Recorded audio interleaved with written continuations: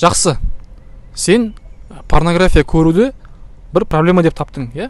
Ол яғни сен үшін тәуелділік, сенің өміріңде бір өзінің орны бар проблема сен үшін.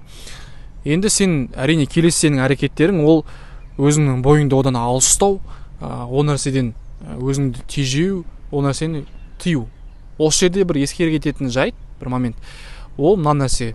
Сен осы темппен арғай баратын болсаң, сен бәрібір де бұрынғы қателіктеріңе бой ұрасың. Яғни қайтадан сол нәрсеге оралып кетуі мүмкін да. Неге? Себебі сен өзіңді тежеп жатсың. Өзіңді сен тежемеу керексің да, сен өзіңді қысып жаңағындай, жоқ, бұл нәрсені көруге болмайды, мен өзімді тыйып жатырмын деген сияқты нәрсе ол жүзеге аспайды. Ол жұмыс істемейді. Ол нәрседен арылу үшін жалпы порнографиядан, порно зависимости, яғни порно тәуелділіктен, одан мастурбациядан арылу үшін сенде не нәрсе болу керек? Альтернатива болу керек. Сенде альтернатива болу керек. Яғни бір өзіңнің бір ісің болу керек та.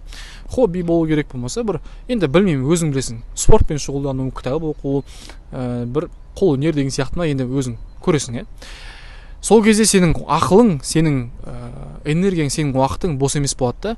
Осы нәрседен арылуға, тез арылуға және нәтижелі түрде арылуға септігін тигізеді. Мен саған сенем, сенің қолыңнан бәрі келеді. Қуатты бол.